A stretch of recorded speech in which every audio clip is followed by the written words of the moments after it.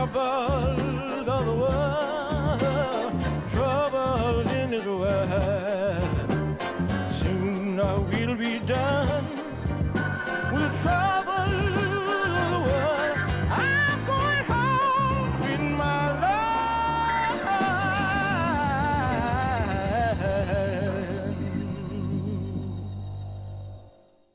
Welcome, everyone, to Last Suppers. For those who attended Kirsten Johnson's conversation series last fall, I told you I don't like endings, and who doesn't? But in retrospect, it was a happy one because the story of Kirsten and her father, Dr. Dick Johnson, is far from over. My name is Andy Engel. I'm a member of Reimagine's programming team. And here's my visual description for those who can't see. I'm a white man, salt and pepper hair, glasses. I'm wearing a patterned shirt with sloths giving the hang loose sign. And behind me is a vibrant reddish wall and a banner with Reimagine's logo, which kind of looks like an open door or an open window.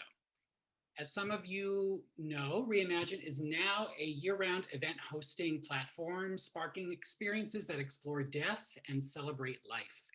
And you can learn more about us at www.letsreimagine.org. Next slide, please. I want to thank our sponsors for making all of this possible. And I also want to offer an additional thanks to the Family Caregiver Alliance, our co-host for this series. They are a resource to millions of Americans who look after parents and grandparents with Alzheimer's and other types of dementia. And a special shout out to my colleague, Zubin Desai, who is head of product and design at Reimagine, and he is helping me run this Zoom call. So thank you, Zubin. Much of what we do at Reimagine is to provide a forum to talk publicly about grief, death, trauma, and the human condition. And no doubt for years to come, we'll be needing more of these spaces to deal with our post-pandemic stress disorder.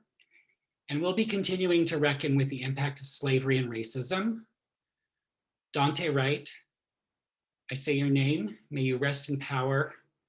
I'd like us just to take a moment for him and all his loved ones in Minnesota.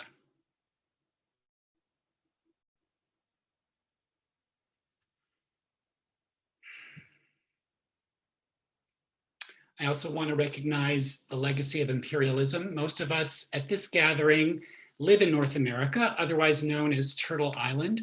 I ask you to join Reimagine in acknowledging Indigenous communities, their elders, both past and present, as well as future generations. This land acknowledgement demonstrates a commitment to beginning the process of working to dismantle the ongoing legacy of colonialism. I'm in New York City, located in Lenapehoking, the territory of the Lenape people. And if you're curious about the Indigenous territory where you're situated, I would encourage you to check out a link that I will post in the chat. Let me do that here. Let's see. I posted it, Andy. Oh, thank you. I didn't see that. Thank you. So this is a great website, nativeland.ca, and feel free to use the chat and let us know where you're calling in from. And you are all welcome here. I hope most of you have seen Kirsten's film, Dick Johnson is Dead on Netflix. In it, Kirsten tries to keep her 86-year-old father alive forever. And lucky for her, and for all of us, Dick is still alive. And Kirsten, I hope you'll be able to share a bit about what it means to love someone and grieve for someone who's not entirely the person you knew. I've been wanting to produce a food series for Reimagine for a while. Earlier this year, I shared some of these ideas with Kirsten, and she texted me back right away with tremendous excitement, because at that moment, Netflix's marketing team was asking her to write something food related. It's a piece about who she'd invite to her Last Supper and what would be served. So it was kismet for us and food. And Sander Katz was on my short list for guests, and I'm so glad you agreed, Sander. He is a rock star of the food world based in rural Tennessee. He's won a James Beard Award, a Craig Claiborne Lifetime Achievement Award, and many other honors. And Sander, I also want to honor you here, not just for your work in fermentation, but for your time in New York 30-something years ago when you were fighting for your life and the lives of others living with AIDS.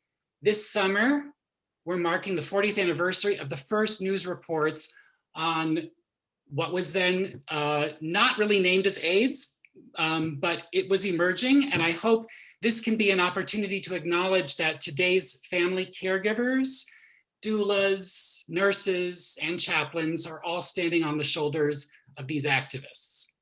In Sander's new book, which I have right here, Fermentation as a Metaphor, we learn that fermenting foods is more than a revived culinary trend.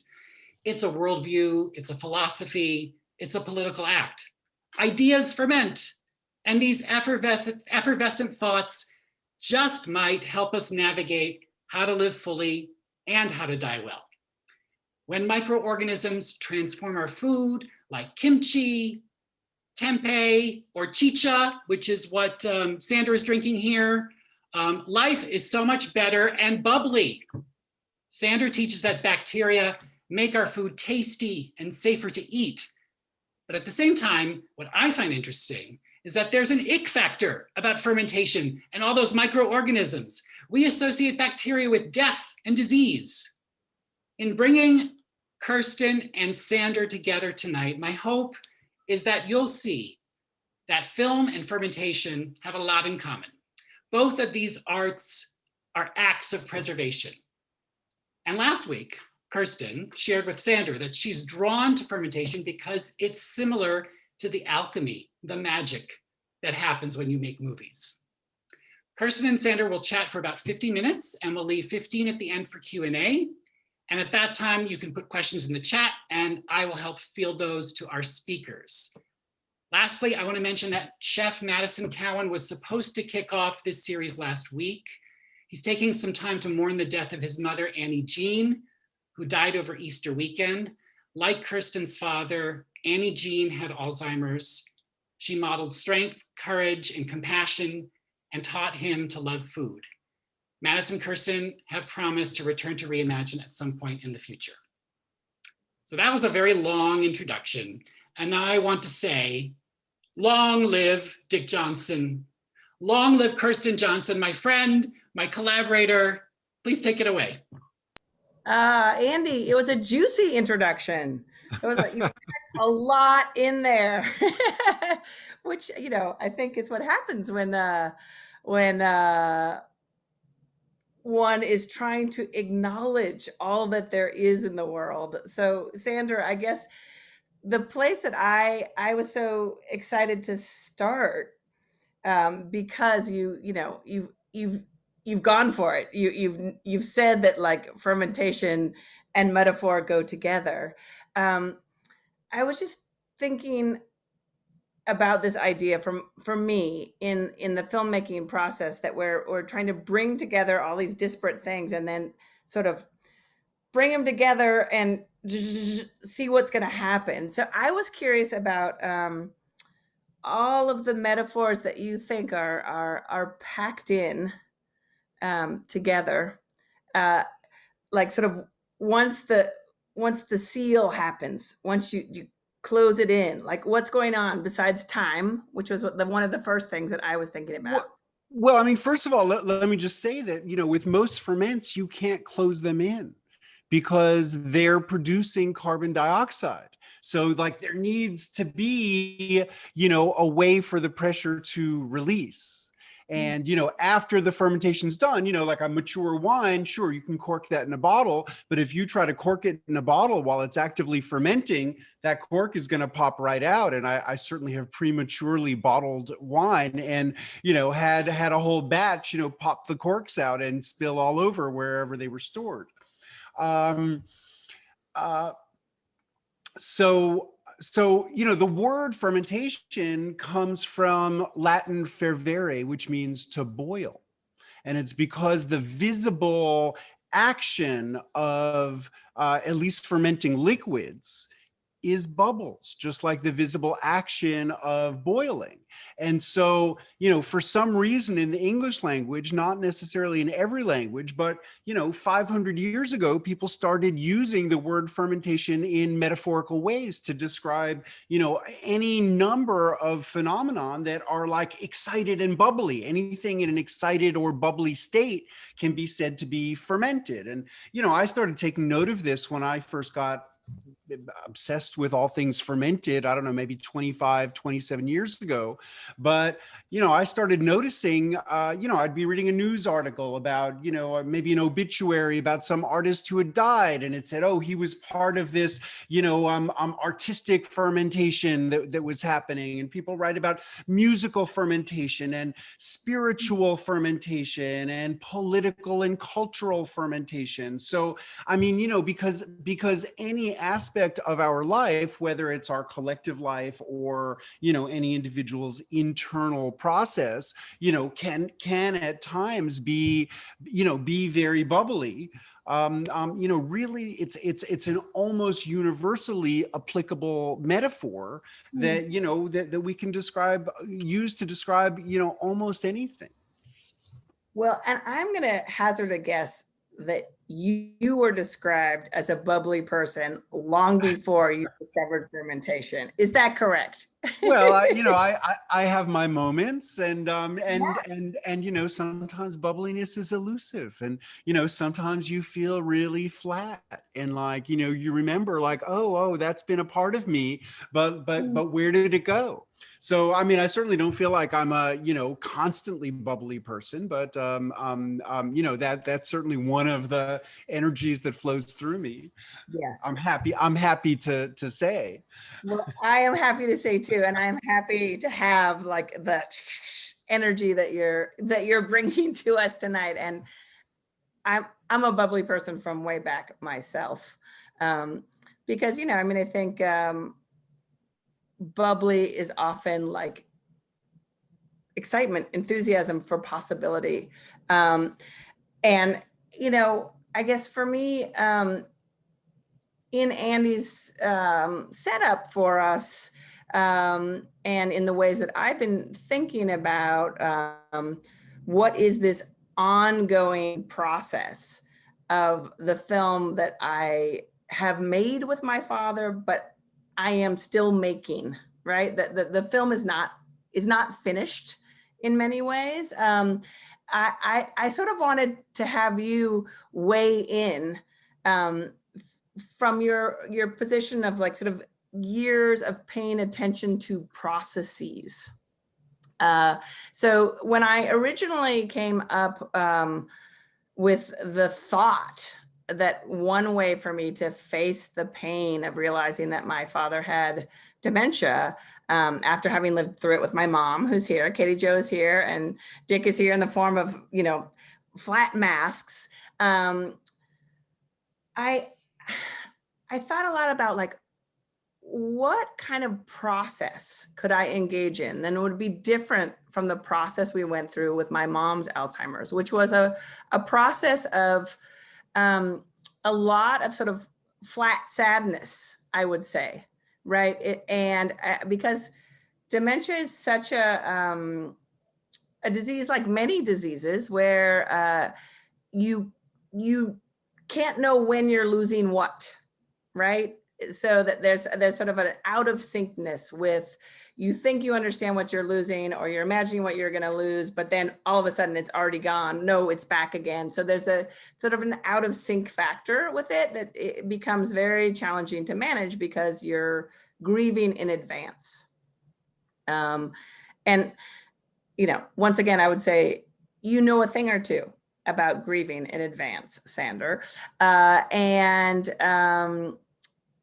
So having experienced that with my mom, I was like, what kind of process can I engage with my dad that will change the dynamic that I have known in facing dementia and death with my mom? And, some of you have seen the film, you've seen the film, Sander, but when I first started working on it, I said to myself, I'm going to keep making this movie until my dad really dies for real. That is not what we ended up doing.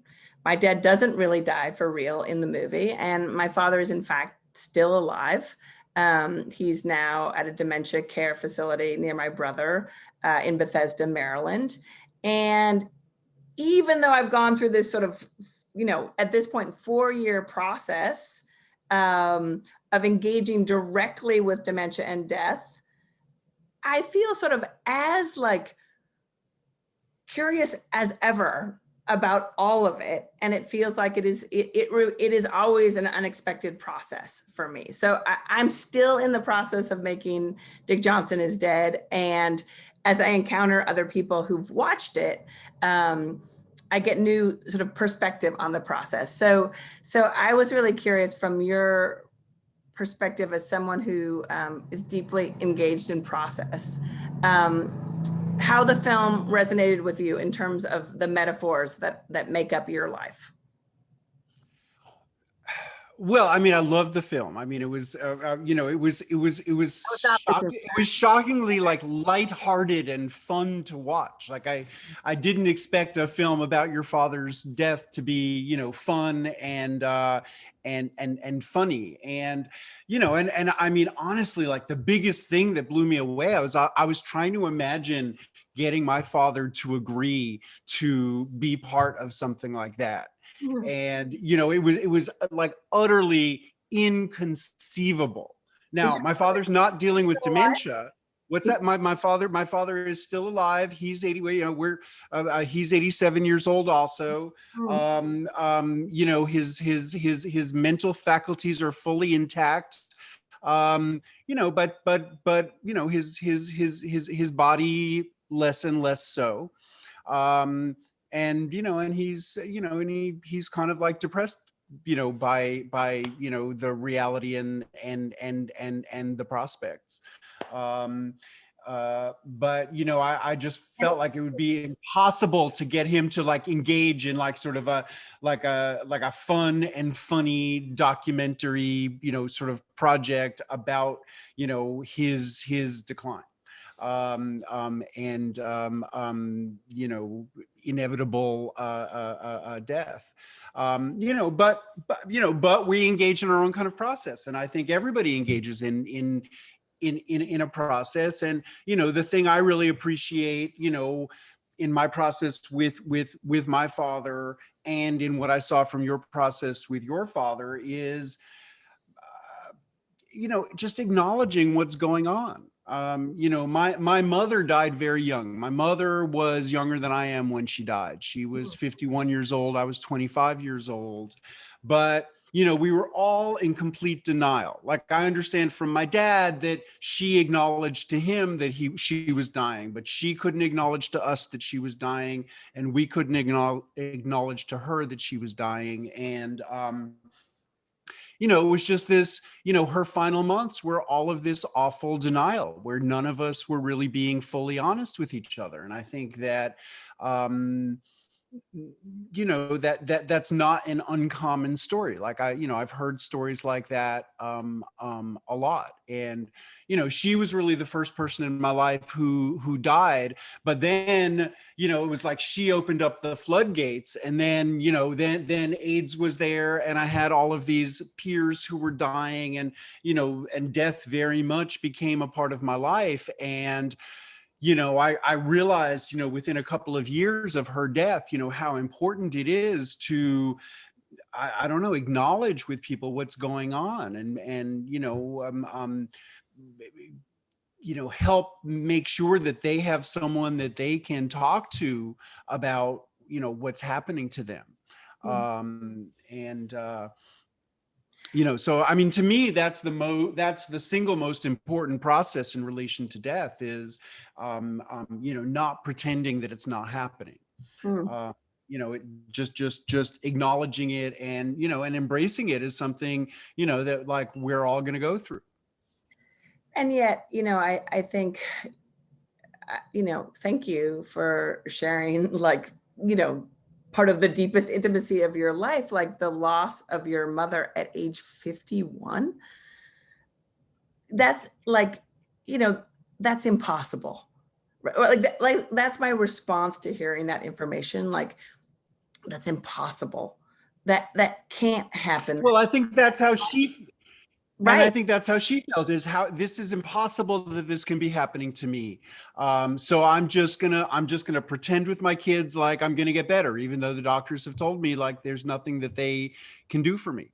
Um, and yet we know that, people die, of every age die. I mean, shortly after she died, I knew all these people in their 20s and 30s who were dying. And Also impossible, I right? know people who have kids who have died. I mean, just people die.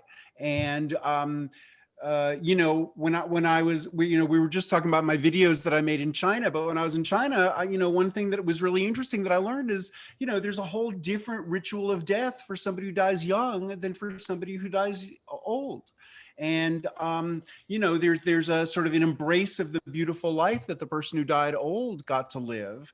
And the sad event, the tragic event is, when somebody dies really, really young. Yes. And I think when someone dies really young, it activates our rage and our denial in some ways. Like the words, like I keep wanting to say impossible is the word, right? What I'm curious about, in what happened to you in this sort of quick succession, having experienced denial within the family, then when you were faced with the dying of young people all around you, your friends and people that you cared about, did you have this strong reaction to the denial that you had experienced the first time around in your family with death? Were you able to be someone who acknowledged what was happening, or were you still in a process with that? Well, I mean, I was in a process with that, but I mean, certainly I came to understand that it was important for everybody to acknowledge it, and to talk about it. And I mean, actually, this summer I lost a friend of mine who was 95 years old. Just incredible person named Hector Black, and it's a different kind of hard experience when somebody who stuck around for so long. It's like they just become so much part of the landscape, and all their peers have died, but they're still around, and you kind of like start to take that for granted. Oh my God, like he's going to be here forever. You can live forever. Yeah. And then and then he didn't. And an amazing thing that we have in Tennessee is home burial. And I've attended quite a few home burials at this point, and I got to be present for Hector's. But I had seen him maybe 6 weeks before he died, and he hadn't been.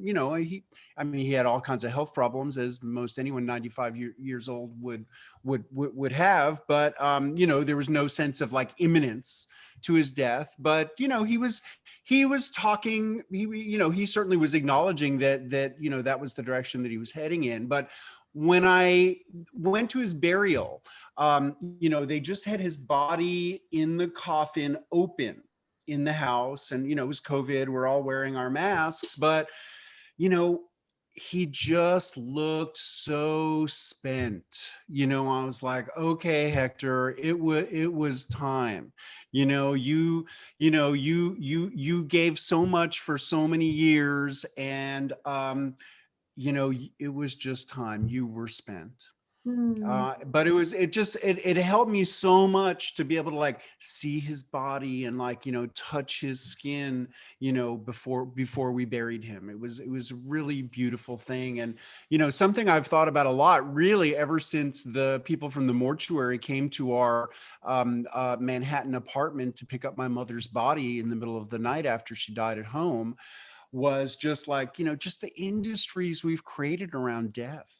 I appreciate so much that we were able to, just put Hector into this, simple wooden coffin and, lower him into a hole that his family had dug on their land, and bury him next to his wife who had died, I don't know, 5 or 10 years earlier. It's a do-it-yourself. Yeah.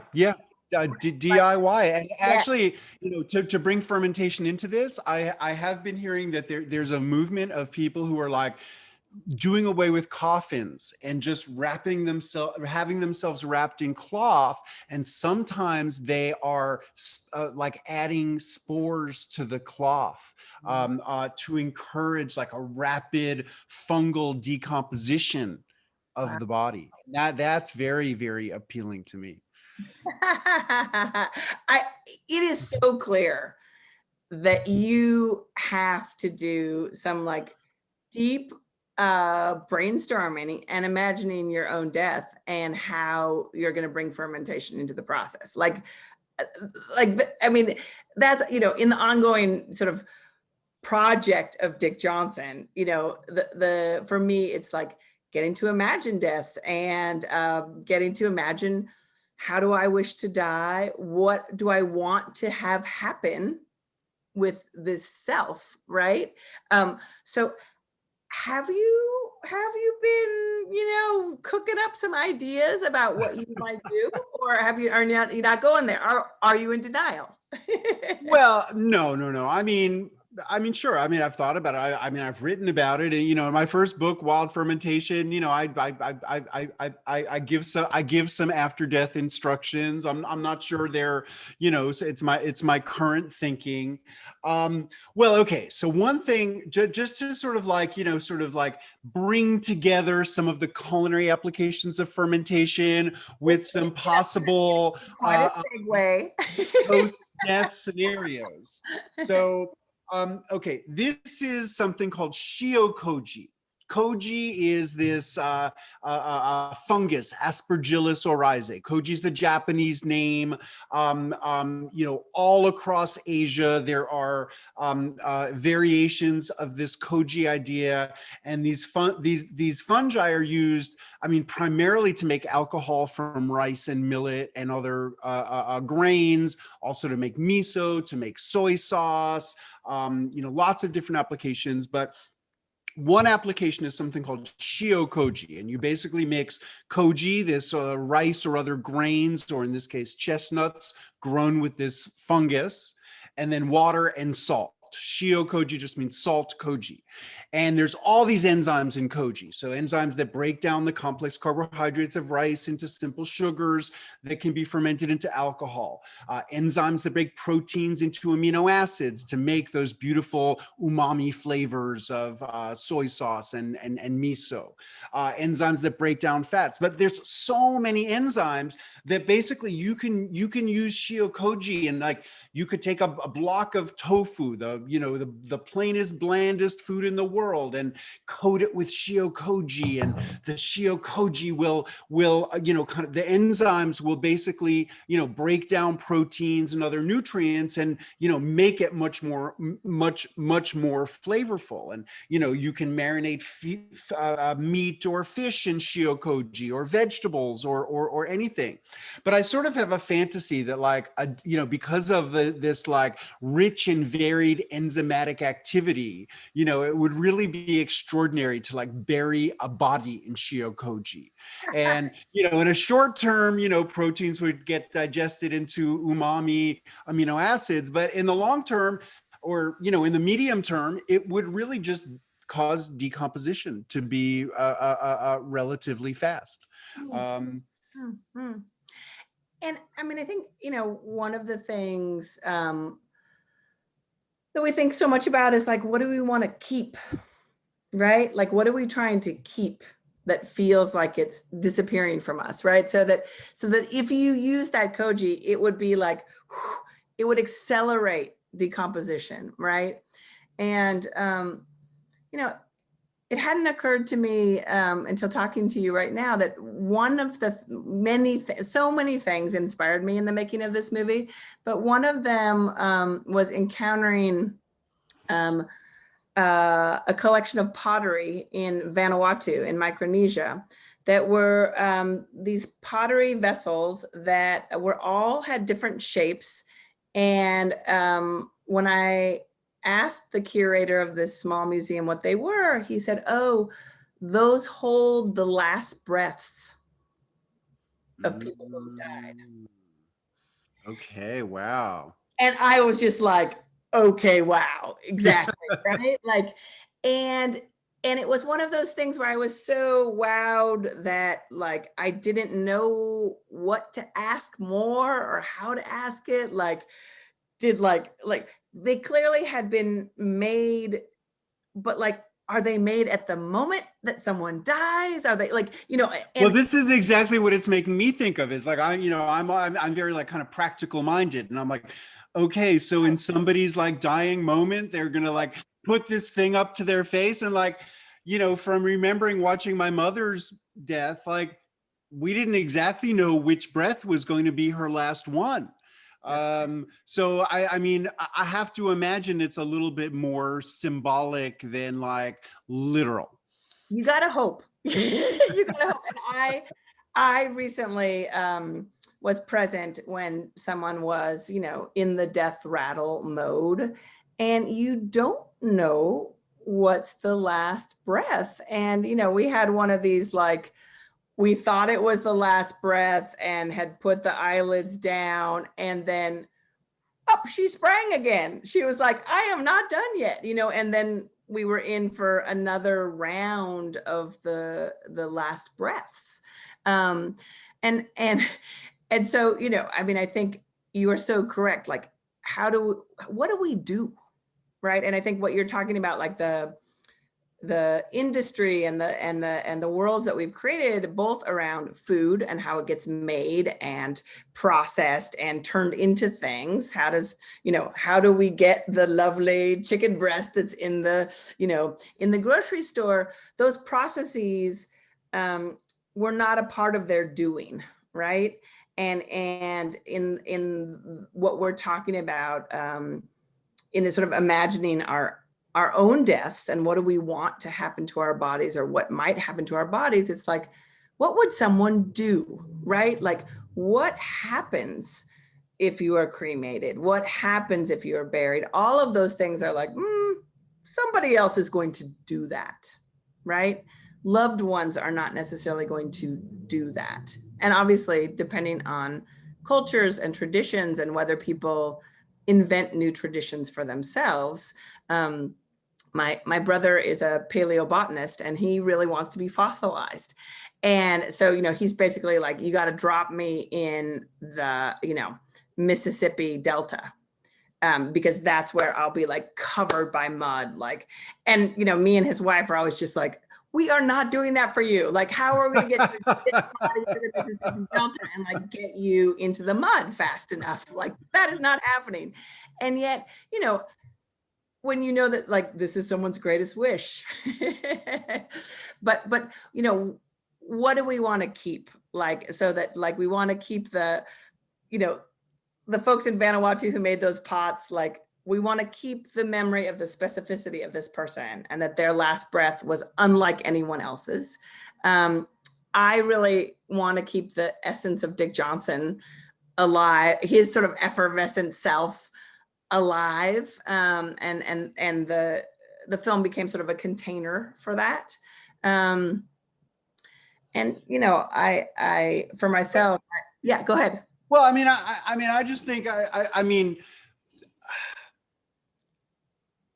I think, it's our memories that keep people alive. I mean, sure, we have our photographs, we have our objects, but it's memories. And, even if you have like, some object, beyond a couple of generations, of people for whom it has significance, it loses significance. unless there's a collection of the ancestors or something, but, it becomes more generically the ancestors. And I think that,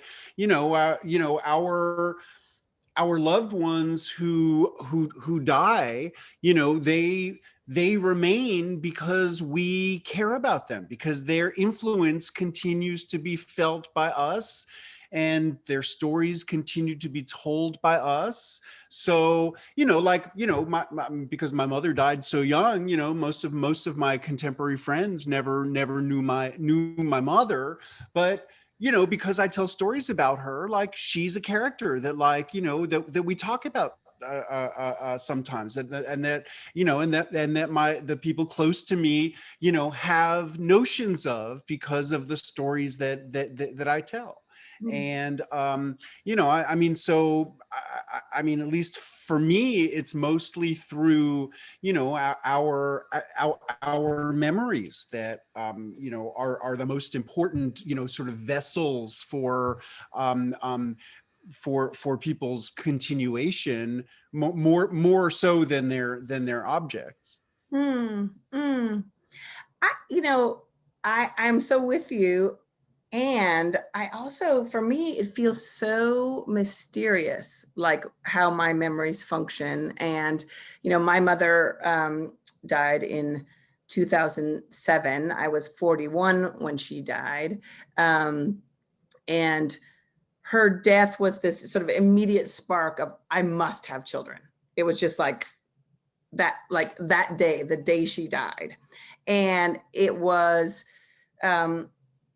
not, it had nothing to do with memory, right? It had everything to do with her and time.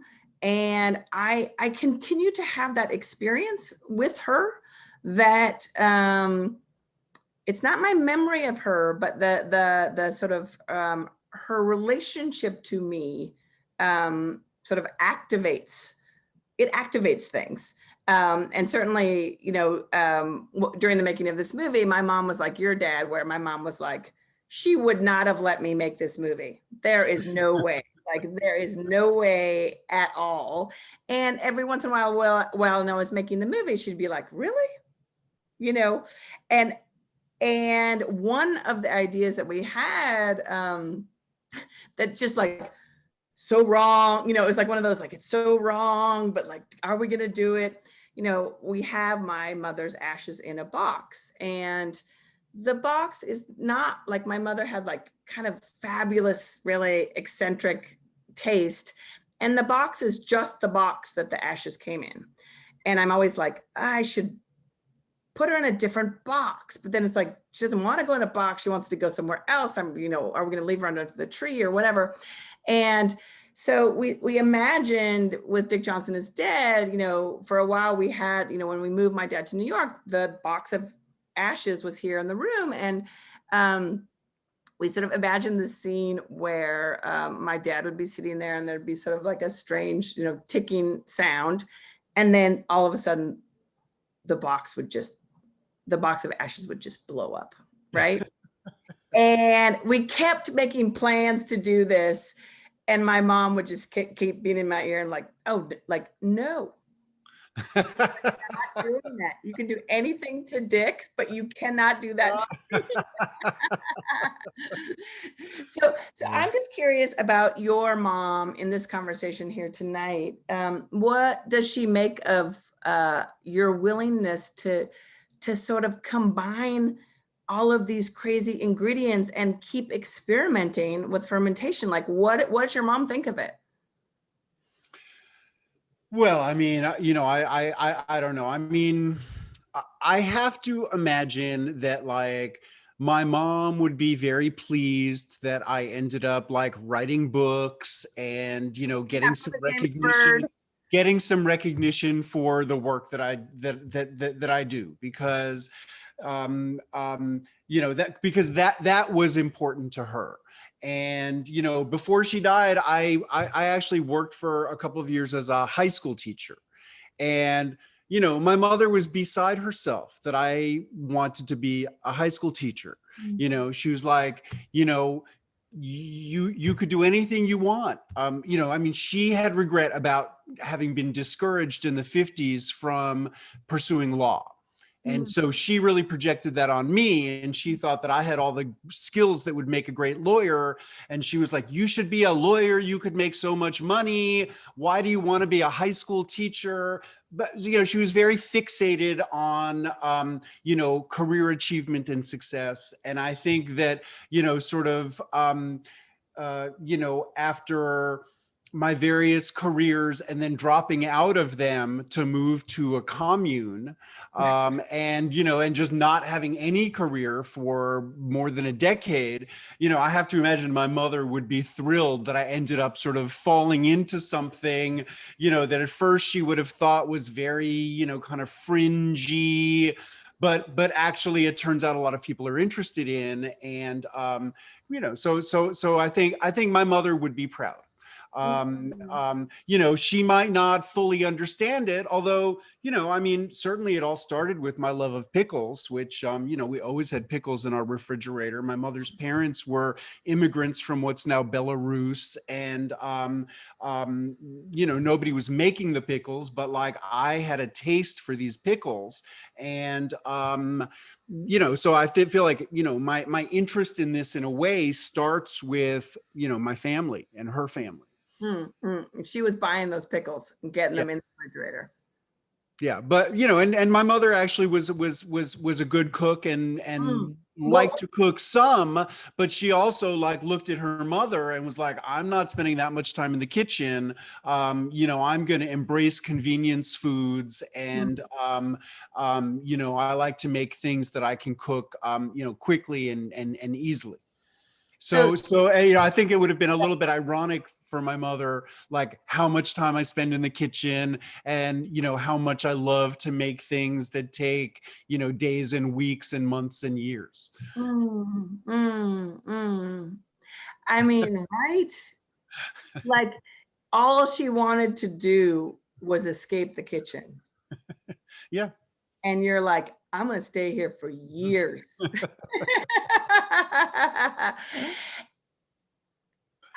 I love the contradictions of that.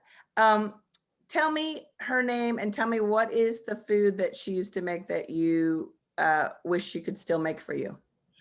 Well, my mother's name was Rita Alex. I mean, she was Rita Alex Katz, and then she and my dad split up when I was 15, and she reclaimed her name, and the rest of her life she was Rita Alex.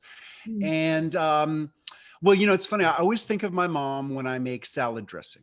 Like she taught me how to make salad dressing, you know, probably when I was 10 years old. And then that was like always my job to make salad dressing. And, you know, she had like, you know, sort of unconventional proportions. You know, she would always use twice as much vinegar as oil. And you know, and she always encouraged me to be creative and, you know, just put different things in it and play with it. And I appreciate that. I always think about my mom whenever I eat lasagna. Like that was what what I'd always ask for on special occasions. Every Christmas we would go to our upstairs neighbor's Christmas Eve party, and my mother would always make this a nut roll. It was an almond roll.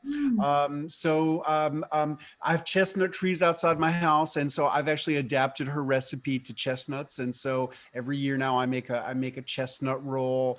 But honestly, like the person in my life whose foods I think about all the time and never have been able to get anything like them is my grandmother's. My mother's mother, Betty Alex.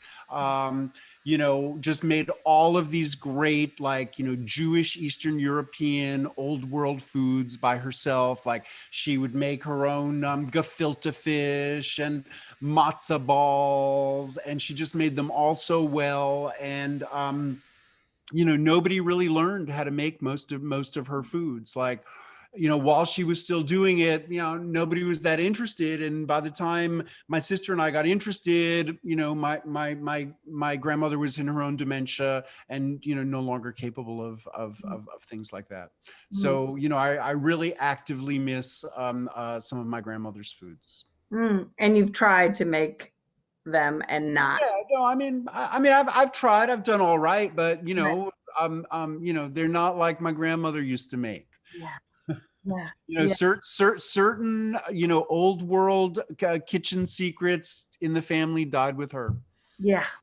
Well, we have, in the film, Dad and I are talking about his mother's coconut cream pie, which my grandmother, we called it senility at the time, but she came to live with us for a period. And we kept being like, will you make us the coconut cream pie? And then in the middle of making it, somehow she would always switch and make the banana cream or the chocolate cream. And somehow like it happened every time so that the coconut cream pie always escaped us. Like we would like set her up, we'd have the coconut there, we'd be watching, and then all of a sudden she'd just do it.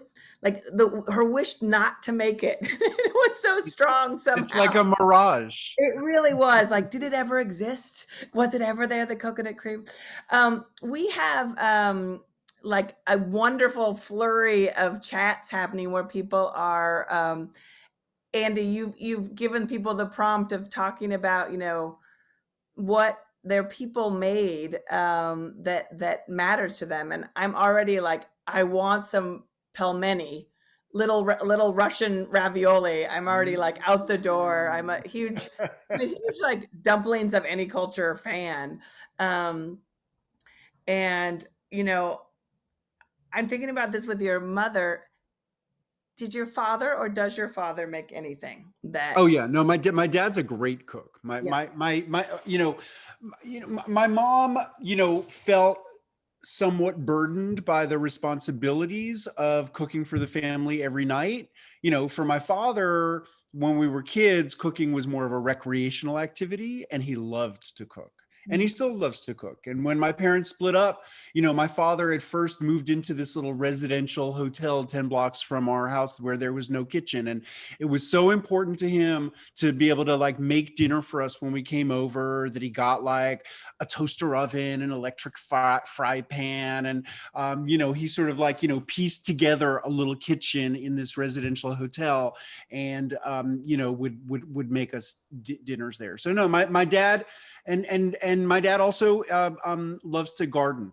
So, after he retired, he expanded his garden. He had a farm stand for a few years. He still gardens. Like he's had to really scale it back. But, when I talk to him, like that's most of what we talk about is, he tells me what he's been planting in his garden. I'm planning to go up there in June when, because that's when he's going to have his artichokes from his garden. So, in our family, like, we are always anticipating food months in advance. Wow, this long-term planning is amazing. Totally amazing. I'm going to give a quick Dick Johnson anecdote, which is that I visited him for the first time since the pandemic. I was able to go into his room in the dementia care facility, and sort of to my horror, I discover that, there's nothing on the walls. All of his stuff is in suitcases by the door. And I was just, and the caregiver was like, we're so sorry. We've tried multiple times to unpack his things and put up his pictures, and he takes them all down and packs them up. And I was just like, oh, like, I've been meeting with him out on the porch and seeing him and the to come in and see him in this empty room.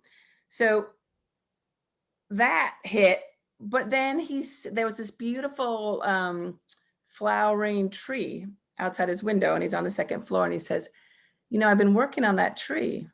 I get up and I prune it, and my father taught me how to do that, and it just lights up this whole room.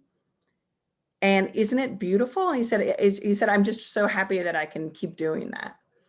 And I was like, who needs any of the stuff? If he has the like in his mind, he can imagine that he's out there pruning that tree, and that's the legacy of his father's capacity to prune trees and to garden. His father was a gardener. But I gave it a go, and we unpacked everything and put everything up, and apparently he has not taken it down yet.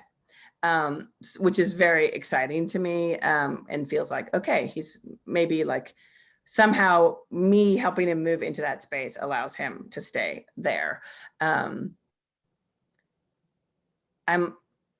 just going to take a 1-second break because I plugged in my computer, but it's actually not charging. So hold the line, Sandra, and take it. I'll be right back.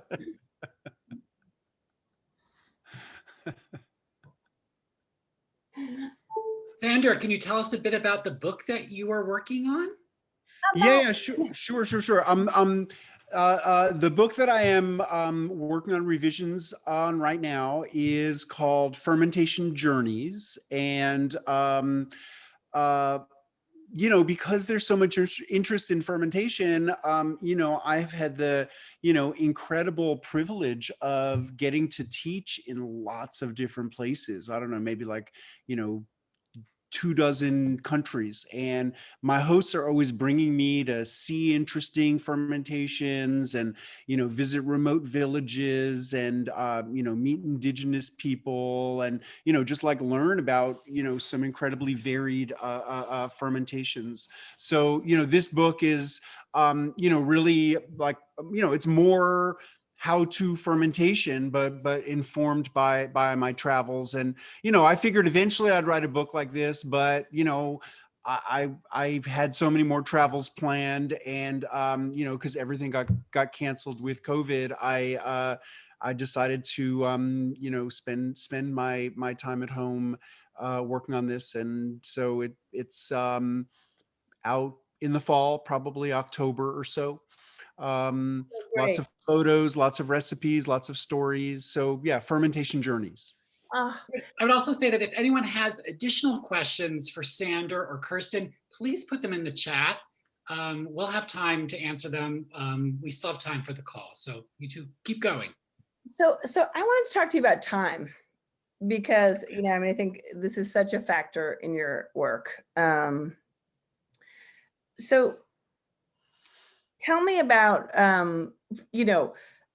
what is the do you have an ongoing, is there some fermentation project that you have going that is still happening that you are yet to that is so many years in the process that it's not finished yet? Or have you completed most of your long-term fermentation processes? I have ongoing projects. Fermentation encompasses such a vast array of distinctive processes, and some of them take a few hours. Making yogurt is something that only takes a few hours.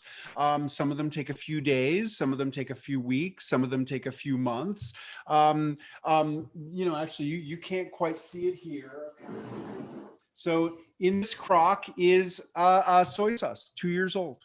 I stir it every day. I can't say I never forget and skip a day, but I stir it virtually every day. When I go away, I leave a sign on it so that my partner, or if we have a house sitter or whoever's going to be here, stirs it. Most of my long-term ferments are in the cellar.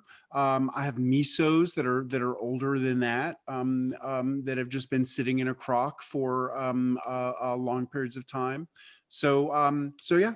And do you have a supply of that years in the making soy sauce that is what you eat and what you enjoy right now? Have you got a staggered system where you're tonight for dinner you had some of multiple years in the making soy sauce? Well, some things I do, okay, so this is miso. This is a corn and pinto bean miso, that I'm eating. But in the cellar there are ones that are newer. The oldest ones in the cellar at this point are probably 3 years old. At one point, when I lived in the community, we rebuilt the cellar, and one of my crocks got kind of hidden somewhere and got discovered some years later. And so it was 9 years old when we ate it, and it was great. Really the flavors just get deeper and richer. I mean, not with everything, but with things, with something very salty like miso. But no, soy sauce, I mean, I haven't made a lot of it.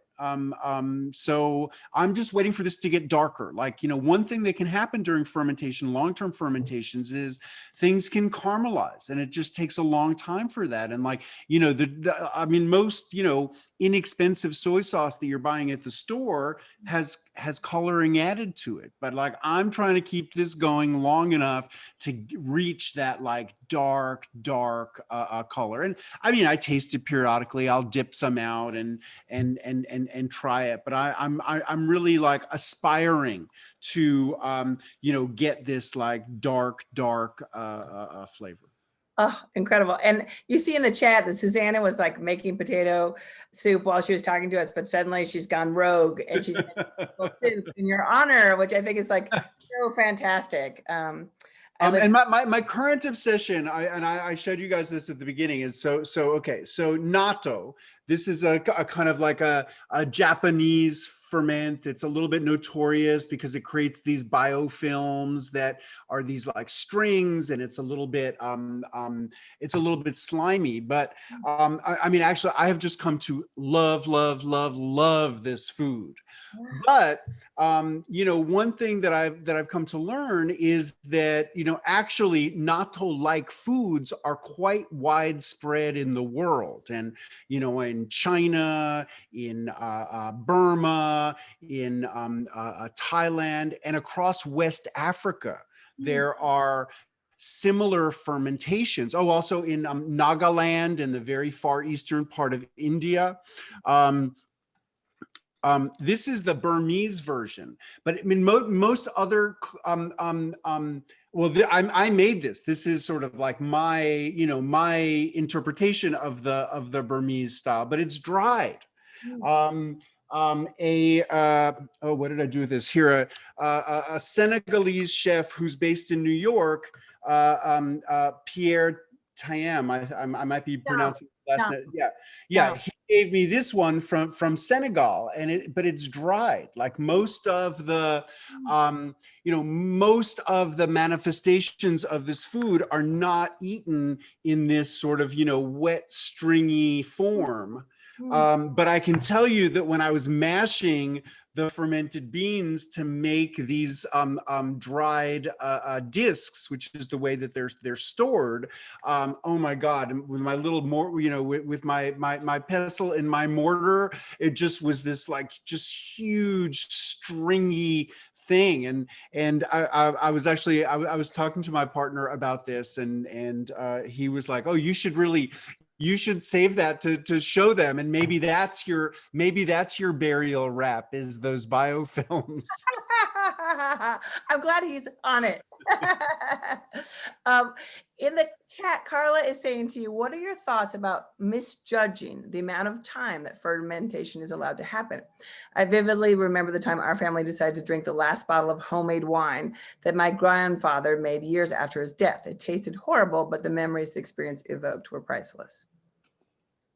Well, I mean, with aging wine, this is the thing: is it gets better until it gets worse. And this is the most challenging aspect of fermentation, is like for the fermentation itself. I mean, if you like the strong flavors of fermentation, it gets better, but then at some point it'll probably get worse. That really feels like a metaphor for aging, if ever I've heard it. You get better, and then all of a sudden. But just like aging, there's it's very, very hard to predict exactly when it's at its peak, and so sometimes you don't realize something is at its peak until you're on the other side of it. But I think with cheeses, like, okay, like the cheeses that get me excited now are all things that just would have made me gag as a kid, because they have like strong flavors, strong aromas, you know, they're either all moldy or they're practically melting on the plate. But you know, where people draw the line is really, really different. And you know, I sometimes talk about fermentation as this like creative space between fresh and rotten. And there's no, you know, there's no sharp dividing line that describes like something fermented to perfection and something, you know, that is past its prime and decomposing. But, you know, I mean, to some degree, it's culturally determined where we draw the line, but to a large degree, it's just individual and it shifts over the course of a lifetime. So, you know, many of the flavors of fermentation are what I would call acquired tastes, and we're not necessarily born loving them. But, you know, once we learn to appreciate them, they're really unique, and nothing else can satisfy, you know, our desire for that. So, you know, I mean, my palate has become, you know, much, you know, a lot of things that I would have found really, really unpalatable as a kid, I love now. And a lot of things that other people find really unpalatable, you know, I find incredibly delicious. I have to say, you know, you like, I feel so invigorated and challenged by talking to you, because like I have no problem putting years into making a film, because for me, the process is sort of thrilling process, and then there's a thing that stays. And I'm just, you know, in general with food, I love to cook, and I, you know, as time goes on, I keep stretching in new ways, but there is a part of me that's like, I got a limit to how much energy and love and time I'm going to put into food, because it's going to disappear, right? And so, you know, that's one of the things that in thinking about your work, one, your love of experimentation is just exhilarating. And I do give some credit to your mom with the salad dressing making, right? Yeah. You know, she was on it. She was like, try something else, put in more vinegar, right? But can you talk about your relationship to patience and like the, you know, things that disappear? Your willingness to have that soy sauce there on your counter for years in your quest for dark caramel. Well, okay. But let me say that, like, okay, when you're working on a film, you know, I'm sure you're spending like hours every day thinking about it, talking about it, going over your footage. You know, I mean, it's probably all consuming or largely consuming. Yeah. I have not been consumed by that soy sauce. I mean, sure, there was a couple of days where I had to give it a lot of attention at the beginning. I was like, you know, growing koji on the soybean. I had to soak soybeans, cook soybeans, grow koji on them for a couple of days, keep them warm and humid. That took a lot of attention. Since it's been in a brine there, all I have to do is stir it every day or two. You know, it's not something I'm thinking about a lot. It's just, I am very good with habitual, repetitive activities. So I really hardly think about it at all. It's just, you know, it's just something I do, you know, Right. like, okay, I wipe the counter, I make my coffee, I stir the soy sauce. You know, it's not something that, you know, is requiring like a lot of my attention or thinking. Now, I mean, it's funny because you know, earlier in my life, I really associated like travel with pleasure, vacation. But as my life became more and more traveling for work and, you know, getting invited all these places to teach and like, oh, okay, this week I'm going to Chicago, and, you know, next week I'm going to England. But like when I have time at home, it's such a treat. And really, I could just like, I could like endlessly tinker between the garden and the kitchen. Like I really could just amuse myself forever. And it could just be for my own fun and edification and to share with my friends. But the fact that I've been able to, write these books that, have been able to inspire other people and empower other people. I mean, that's very highly motivating for me. So, so the last year of experimentation, including these things that that just today, like I just was dehydrating these all day. This is all stuff that I'm doing for this book that I'm writing, and just, developing recipes and, making sure my understanding of the process is correct. And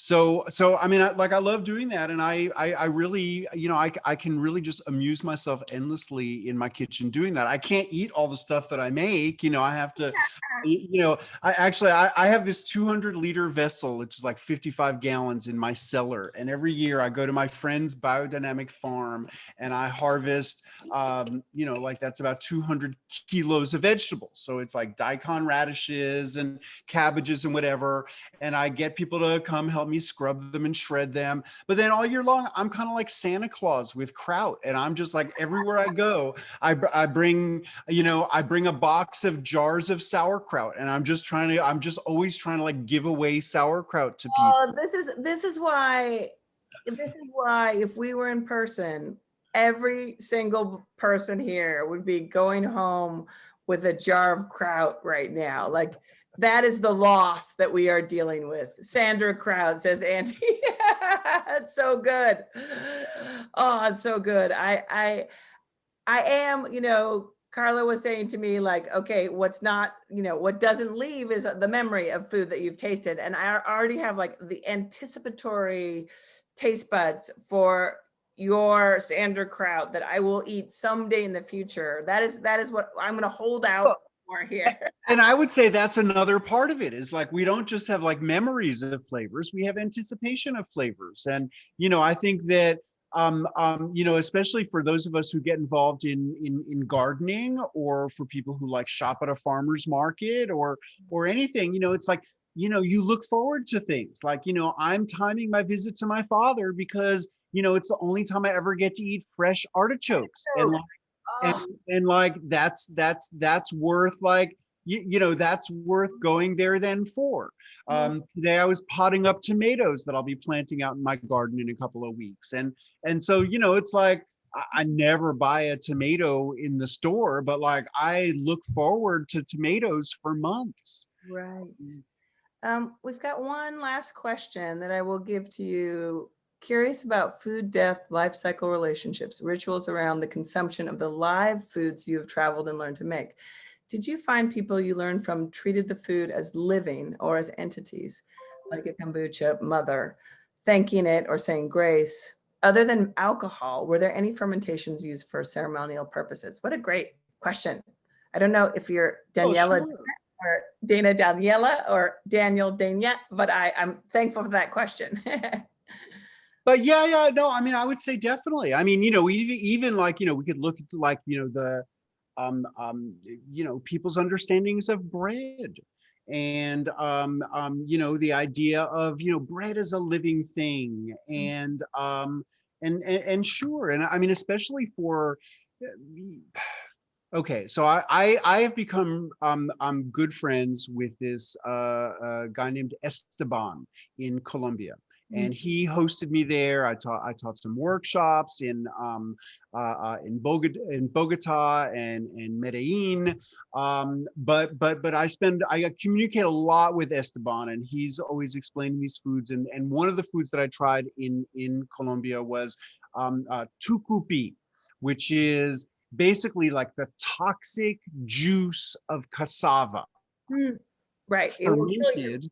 Right. Fermented, which breaks down the cyanide compounds, and then it's cooked down into this like black, tarry, sticky substance that is so delicious. But in his he's an urban kid from Bogota, but he has gotten to know some people in Amazon communities and spent some time like documenting their fermentations. And so the tucupi isn't just like a food on its own. It's like, the people there have a very deep relationship with this plant that sustains them. And so they have a huge amount of, ritual and belief and, sort of like language about, the plant and relationship basically with the plant, and then all these different things that they make out of the plant. So it's not like just the toxic juice fermented into this delicious condiment is like the primary byproduct of the plant. I mean, it's like they use the fibers for certain things, and they make breads out of it. It really sustains them in many, many different ways. But their sort of worldview about it is of like a relationship, or a relationship of reciprocity with the plant that sustains them. Relationship of reciprocity. I feel like this is our place where we like bring this all together, because this back and forth between you and me, like we didn't know what we were gonna get. And I feel like I leave from this, sort of imagining what ritual of doing in relation to memory and the people that I love can I bring in a new way into my life because of this conversation with you. And one of my dad's great lines is that it's the relationship that heals. So I can't tell you how grateful I am to you for this conversation and for how much you've expanded my mind tonight. And I hope that's been true for those listening. But I really feel that, I'm feeling your grandmother. I'm feeling your father. I'm feeling, I could name a lot of people that you have brought into the room tonight. You brought a lot of people into the room, and I'm feeling them in you and in like the energy with which you pursue like this endless curiosity. So thank you so much. And Andy, Zubin, thank you for, making all this happen. I feel like I can't wait for all of our like new ritual imaginations about what we're going to make to eat, and perhaps what we're going to make to help ourselves die in the future, whenever that comes. And I feel like all these people that you've mentioned, like they're in me and they're with me, and and they are me. And I guess that's one of the things that sort of just gives me a sense of peace and acceptance about my own death, is just the idea that sort of we go on in the other people who we have touched. Beautiful, Sander. Beautiful, Kirsten. Thank you both so much. This is a dream about food and death that has come true for me. And I also want to just make a plug now for our next event that's coming up. Zubin, can you turn on the slides? Thank you. Mm-hmm. Join us next Tuesday for a Last Supper with Kate Washington. If you like your food raw and you like your writing raw, please go get a copy of Already Toast, Caregiving and Burnout in America. This is Kate's new book, just released by Beacon Press. She took care of her husband, who was very sick, who is still very sick, and she writes about the huge burdens that society places on unpaid family caregivers like herself. So please join us. Next slide, Zubin. And so I hope you'll share out this recording. Those of you who registered, I may have mentioned, you'll get a recording. Please share it out. Come to more events. You can also host your own events with Reimagine. We've got this amazing DIY platform where if you have an idea, you can submit a proposal to us and we will put it on our platform so other people can experience it. And if you have not already contributed, please make a donation at letsreimagine.org. I'm also going to put in the chat now this link to register for next week. Once again, Kirsten, Sander, thank you for your bubbliness, your deliciousness, and I hope to see many of you next week. Good night, everybody. Thanks, everybody. Good night. Thank you.